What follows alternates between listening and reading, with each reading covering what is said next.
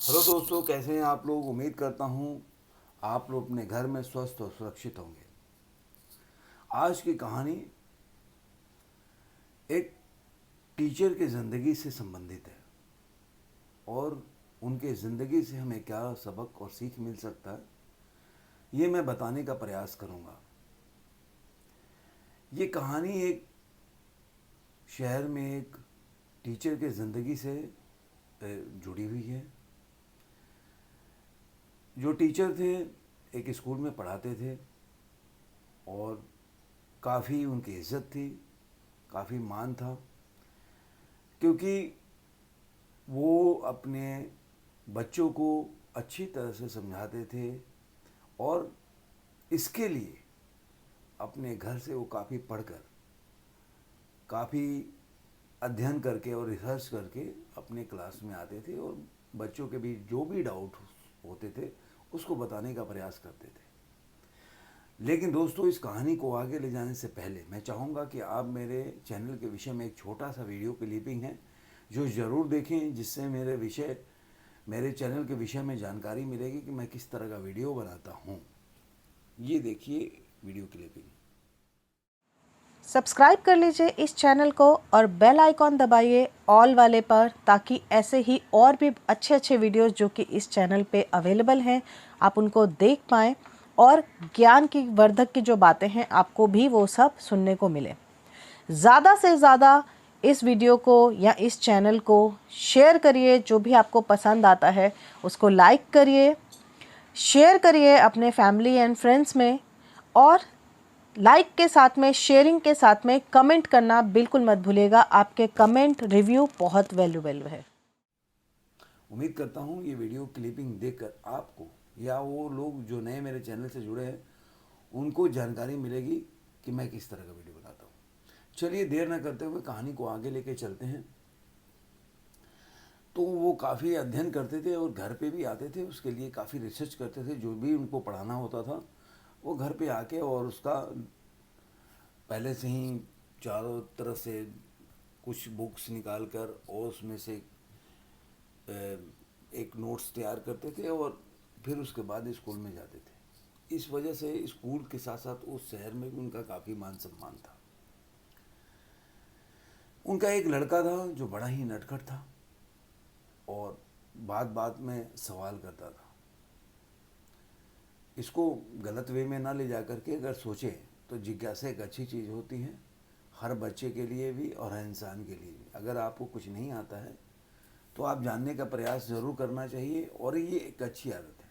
लेकिन कई बार ये अच्छी आदत जब दूसरों के काम में व्यवधान उत्पन्न करता है तो अच्छा नहीं होता है। ऐसा ही वो शिक्षक के साथ होता था। जब भी वो घर पे आते थे और क्लास के जो सब्जेक्ट्स है उसके बारे में अध्ययन या रिसर्च करते थे या बैठ के पढ़ते थे पहले, तो लड़का आके अनायास से उनको डिस्टर्ब करता था। है छोटी सी कहानी है, लेकिन हमें इन कहानी से निकालना है कि हमें चाहिए क्या, कंटेंट क्या चाहिए, ये हमें निकालना है। इसलिए मैं ये सुनाने का प्रयास कर रहा हूँ। तो बच्चा जो था आके हमेशा उनको परेशान करता था, कुछ ना कुछ सवाल करता था जिससे उनका कंसंट्रेशन भंग हो जाता था।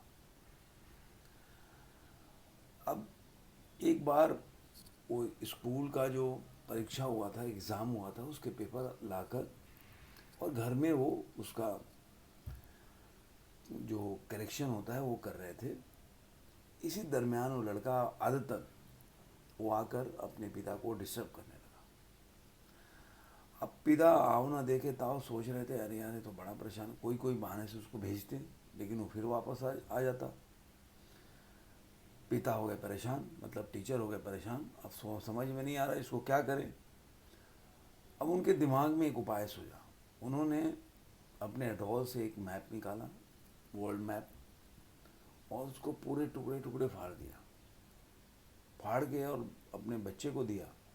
जैसे ही वो उनके पास आया और क्यूरियोसिटी लेकर, जिज्ञासा लेकर, उन्होंने उसको पकड़ाया।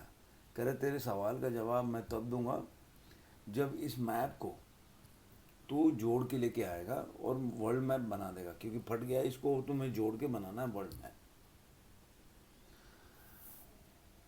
वो खुश हो गया, वो लड़का लेकर चला गया।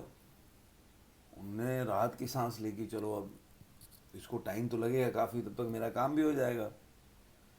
लेकिन अगर चाह है वहाँ राह है।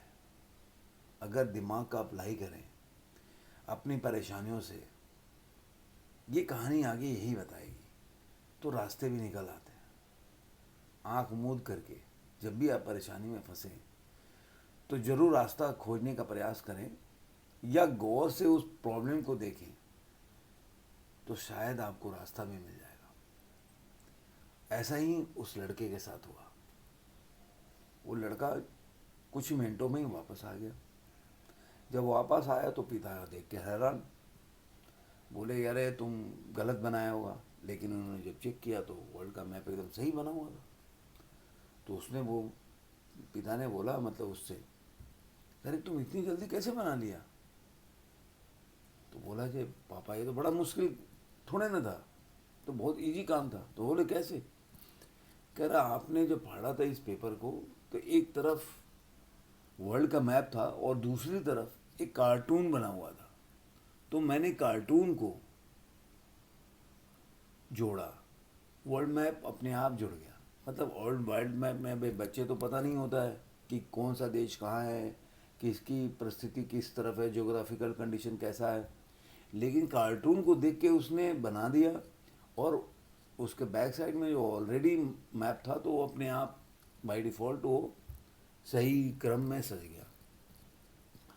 अब इस छोटी सी कहानी से हमें ये सबक मिलता है कि हम अगर ज़िंदगी में जब भी हम परेशानियों से घिर जाएं, हमें लगे कि नहीं रास्ते बंद हैं, तो हम अपने इस छोटी सी इंसिडेंट से सीखें और ये प्रयास करें कि अगर हम ध्यान लगाकर अपने मन को एकाग्रित करके और सोचे उस प्रॉब्लम के बारे में कि इस प्रॉब्लम में क्यों प्रॉब्लम आ गया, या इस प्रॉब्लम को क्यों प्रॉब्लम मैं समझ रहा हूँ, रियलिटी में ये प्रॉब्लम है क्या।